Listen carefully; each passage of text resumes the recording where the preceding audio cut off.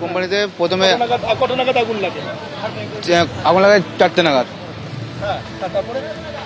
4টে নাগাদ আগুন লাগে। আমরা সব কর্মীরা সব মাল সব বাইরে বার করে দিই, সব বাইরে বার করি, দিয়ে আমরা সব ইয়ে করি, জল ফল দিই। Main problem sir fire brigade এসছে না আর কি। ফায়ার ব্রিগেড এসছে 1.5 ঘন্টা পরে, ফায়ার ব্রিগেড এসছে মিনিমাম 1.5 ঘন্টা 2 ঘন্টা পর ফায়ার ব্রিগেড এসছে আমাদের এখানে। আর আমরা ফায়ার ব্রিগেডকে ফোন করার পরও ফায়ার ব্রিগেড এলো না। এলো তো এলো, দুটো এলো ফায়ার ব্রিগেড স্যার। ওই জন্য আরও স্যার আমরা জল ইয়ে করতে পারলাম না আর কি। তার আগেই কি অন্যান্য আপনারা কর্মীরা, পাশাপাশি কারখানার কর্মীরাও হাতে হাত লাগিয়েছে, তারাও জল দিয়েছে, সিকে কোম্পানি বা যেসব কোম্পানি আছে সব দিয়েছে। আর ভাবে চলে এলে স্যার ওসব ক্লিয়ার এত দুর্ঘটনা হতো না আর কি। আমাদের কেমিক্যালের কারণে হয়েছে আর কি। এটা ফ্যাক্টরিতে কেমিক্যালের কারণে এটা আপনার লেগে গেছে, সব রেজিং টেজিং ব্যাপার, তার কারণ থেকেই ভয়াবহ আকার নিয়ে নিয়েছে। ভয়ঙ্কর আকার নিয়ে নিত। আমরা চেষ্টা করেছি যাতে না এটা এত বাড়ানো যায়। আমরা পাশে কারখানাকে নিজের আবার সেফটি করেছি, জল দেওয়ার ব্যবস্থা করে নিয়েছি। এর কারণে এটা অনেকটা কম হয়েছে। এখন ফায়ারের গাড়ি একটু দেরি করে ফেলেছিল, তার জন্য এসে জায়গা এখন আপাতত অনেক কমে গেছে। আর কাজ করছিল তো কারো কিছু হয়নি, সবাই বেরিয়ে গেছিল।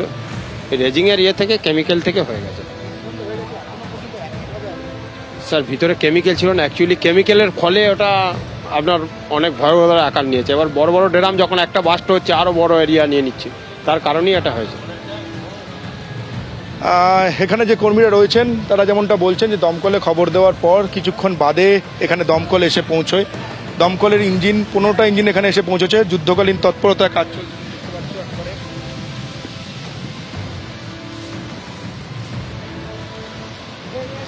দাহ্য পদার্থ মজুদ থাকাতেই আগুন দ্রুত ছড়িয়ে পড়েছে।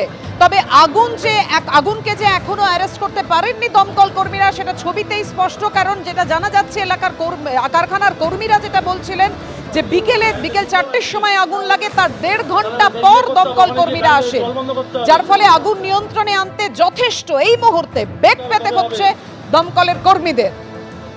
এখনো পর্যন্ত উৎসের খোঁজ তারা পাননি। প্রচুর দাহ্য বস্তু মজুত রয়েছে কারখানার ভেতরে, যে কারণে এতটাই ভয়াবহতা।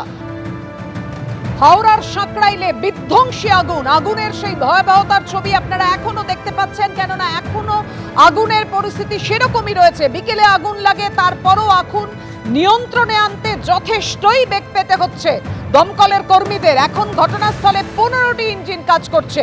ইন্ডাস্ট্রিয়াল পার্কে আগুন লেগে যায়, দেখতে পাচ্ছে গল গল করে ধোঁয়া বেরোচ্ছে। হাওড়ার সাঁকড়াইলে একটি প্লাস্টিকের কারখানায় এইভাবেই বিধ্বংসী আগুন লেগেছে।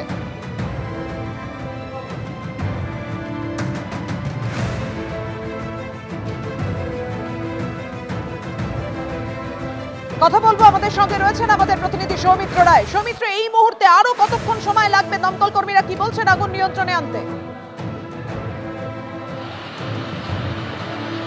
দেখো পাপিয়া, এই মুহূর্তে আরও কতক্ষণ সময় লাগবে এই আগুন নিয়ন্ত্রণে আনা, সেটা দমকল কর্মীদের কাছে এখনো পর্যন্ত তার কোনো সুস্পষ্ট উত্তর নেই।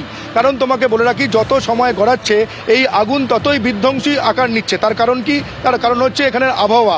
এই যে হাওড়া সাঁকড়াইলের যে ইন্ডাস্ট্রিয়াল পার্ক, যেখানে আগুন লেগেছে এই মুহূর্তে এই জায়গায় আমি রয়েছি, সেখানে হাওয়া দিচ্ছে, দমকা হাওয়া দিচ্ছে এবং বৃষ্টি পড়ছে। এই বৃষ্টি এবং হাওয়ার কারণে এই আগুন নিয়ন্ত্রণে তো আসছেই না, বরং আগুন আরও ভয়াবহ আকার নিচ্ছে। এবং তোমাকে ছবিটা দেখাবো পাপিয়া, তোমাকে দেখাবো ইন্ডাস্ট্রিয়াল পার্কের যে আমার পেছন দিকে যে কারখানা তুমি দেখতে পাচ্ছ, প্লাস্টিক কারখানা, এখানেই আজ বিকেলে আগুন লাগে।